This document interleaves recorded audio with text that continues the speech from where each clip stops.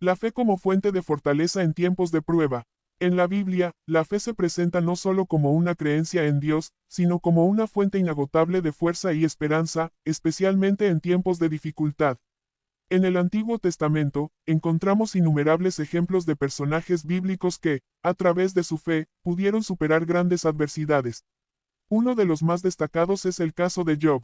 Job era un hombre justo y temeroso de Dios, quien, a pesar de su rectitud, enfrentó las pruebas más duras que un ser humano puede soportar.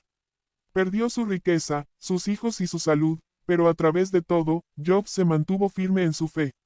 La Biblia nos dice que, aunque Job sufrió profundamente, nunca perdió su confianza en Dios. Este relato nos muestra que la fe no nos exime del dolor, pero nos da la fortaleza necesaria para atravesarlo. En el Nuevo Testamento, Jesús también nos habla de la importancia de la fe.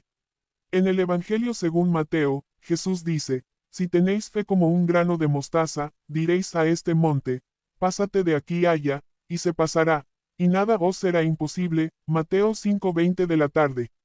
Con esta metáfora, Jesús enfatiza que la fe, aunque sea pequeña, tiene un poder inmenso. En nuestras vidas diarias, enfrentamos múltiples desafíos que pueden sacudir nuestra fe. Sin embargo, estos momentos son oportunidades para profundizar nuestra confianza en Dios. La Biblia nos enseña que Dios nunca nos abandona y que, si confiamos en Él, nos dará la fuerza para superar cualquier prueba. La oración como conexión directa con Dios. La oración es uno de los actos más íntimos y poderosos que un creyente puede realizar. A través de la oración, nos conectamos directamente con Dios, expresando nuestras alegrías, tristezas, agradecimientos y necesidades. En la Biblia, la importancia de la oración se subraya constantemente, desde el Antiguo Testamento hasta el Nuevo Testamento. En el Antiguo Testamento, vemos cómo los grandes líderes y profetas de Israel recurrían a la oración en momentos de crisis. Moisés oró fervientemente por el pueblo de Israel cuando estaban en peligro, y Dios respondió a sus súplicas con misericordia y poder. La oración de Moisés nos muestra que, a través de la oración, podemos interceder no solo por nosotros mismos, sino también por los demás. En el Nuevo Testamento, Jesús nos da el mayor ejemplo de la oración. Antes de ser arrestado y llevado a la cruz, Jesús se retiró al jardín de Getsemaní para orar. Su oración fue un diálogo sincero con Dios Padre, en el que expresó su angustia y, al mismo tiempo, su obediencia a la voluntad divina.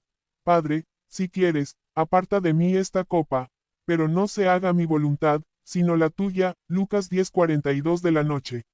Esta oración nos enseña la importancia de someter nuestra voluntad a la de Dios, confiando en su plan, incluso en los momentos más difíciles.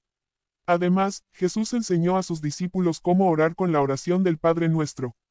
Este rezo, que se ha convertido en una de las oraciones más recitadas en todo el mundo, encapsula las principales peticiones que un creyente debe hacer: la santificación del nombre de Dios, la venida de su reino, el cumplimiento de su voluntad, el pan de cada día, el perdón de nuestros pecados, y la liberación del mal.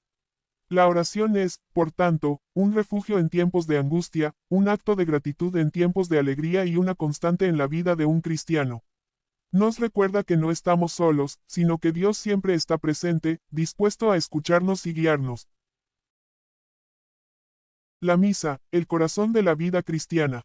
La misa es el centro de la vida cristiana, una celebración donde los creyentes se reúnen para adorar a Dios, escuchar su palabra, y participar en el sacramento de la Eucaristía. Desde los primeros días de la Iglesia, la misa ha sido el medio principal a través del cual los cristianos renuevan su fe y se alimentan espiritualmente. En la misa, se actualiza el sacrificio de Jesucristo en la cruz, ofreciendo a los fieles la oportunidad de unirse a Él en su entrega total al Padre. La liturgia de la misa está llena de simbolismo y significado profundo, comenzando con la liturgia de la palabra, donde se leen pasajes de la Biblia y se proclama el Evangelio. A través de estas lecturas, Dios habla a su pueblo, ofreciendo enseñanzas, consuelo y guía. El momento cumbre de la misa es la Eucaristía, donde el pan y el vino se convierten en el cuerpo y la sangre de Cristo. Este milagro, conocido como la transubstanciación, es un misterio central de la fe católica, y a través de él, los creyentes reciben a Cristo mismo, alimentándose espiritualmente. Como dijo Jesús en el Evangelio según Juan, yo soy el pan vivo que ha bajado del cielo, el que coma de este pan, vivirá para siempre. Juan 6:51 de la mañana. Además, la misa es un acto de comunión, no solo con Dios, sino también con los demás miembros de la Iglesia. Al participar en la misa, los creyentes se unen como un solo cuerpo en Cristo, compartiendo su fe y apoyándose mutuamente en su camino espiritual. Esta comunión es un recordatorio de que, como cristianos, estamos llamados a vivir en unidad, amándonos los unos a los otros como Cristo nos amó. Por último, la misa no termina cuando los fieles abandonan la iglesia, es un envío. Al final de la misa, los cristianos son enviados al mundo para vivir lo que han celebrado, llevando el amor de Dios a todos los rincones de la sociedad. La misa, por tanto, no es solo un acto de adoración, sino también una misión, un llamado a transformar el mundo con la luz de Cristo.